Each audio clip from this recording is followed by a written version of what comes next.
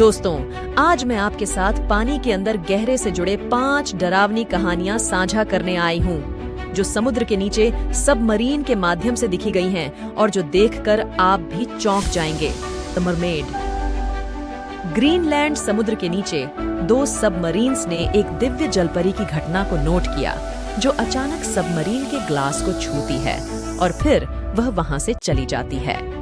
जब एक्सपर्ट्स ने इस वीडियो को देखा तो उनका कहना था कि यह फेक हो सकता है, लेकिन कई डाइवर्सिटी सेरल इसे मानते हैं क्योंकि यह समुद्र की गहराई में 3000 फीट के करीब है, जहां कोई डाइवर पहुंच नहीं सकता। 2.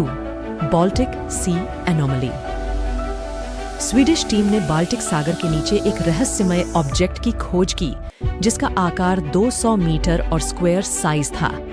जैसे ही टीम ने ऑब्जेक्ट के पास आने का प्रयास किया, वे अपने इक्विपमेंट को काम करने से रोक दिए, जिससे कई लोगों ने इसे यूएफओ कहा, लेकिन कुछ लोगों का मानना है कि यह ऑब्जेक्ट अलग हो सकता है।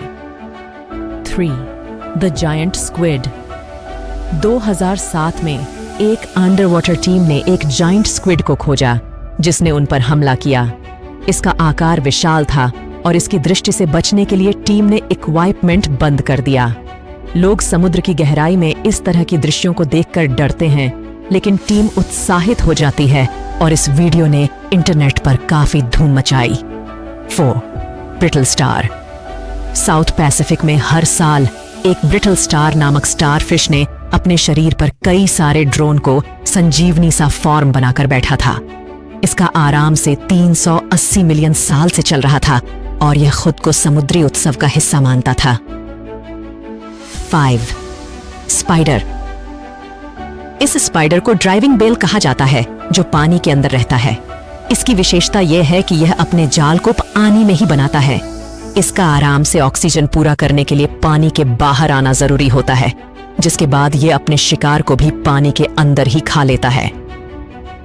दोस्तों, मुझे इस वीडियो को बनाने में काफी मेहनत लगी है, पर आपको इसे लाइक करने में सिर्फ 1 सेकंड लगेगा।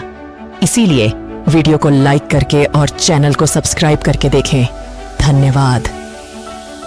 सब्सक्राइब करना मत भूलें।